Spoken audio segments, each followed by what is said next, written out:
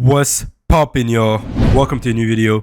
Today I'll be teaching you guys how to get the best settings that will give you the best performance and the most optimized FPS on Gundam. Let's get into it. So settings, the basic stuff. System settings are really basic. I just put it all on. You can honestly do the same. If you want to put the logs off, you could, but I don't see the point. Most important settings now, graphic settings. So here, resolution 1920. If you want to play stretch, you can. I did try the 1680 by 1050. It doesn't give you extra FOV. There is an FOV slider anyways, so if that's why you play stretch, no point. FOV slider, I max it out. I always do. Brightness, I usually put it just a little bit up. You get just a tiny bit up, right? You don't need to tune it maxed out, but you will see a little bit more in dark areas.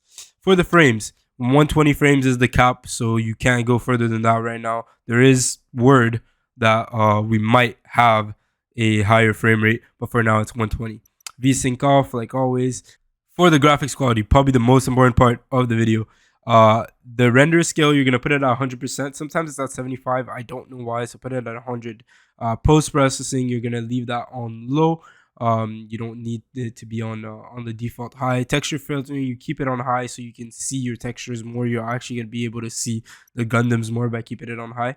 And then shadows and anti-aliasing also low. You don't need those to be on a higher quality than that.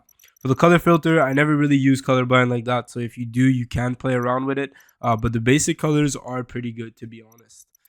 Then control settings. I lowered my sense a little bit. I do play on 1000 DPI, so you might not have to if you play on like 400. This is always up to you. I always say, sense, please make your own. Down here, we're gonna have my keys. I only switched interact. I don't like to interact with V. I think that's the basic one. I switched it to E. And then active skill, I put my mouse button because that's easier for me. Then the one thing here that is super important, the reticle. I highly recommend, please play around with it. Find your best reticle.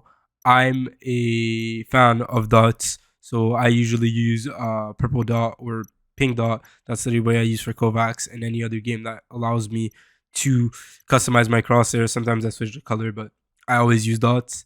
And then I use a really simple dot. So dot size, I went from 3 and 4. I don't know exactly which one I'll stand with, but for now I'm at 3. And opacity a little bit up.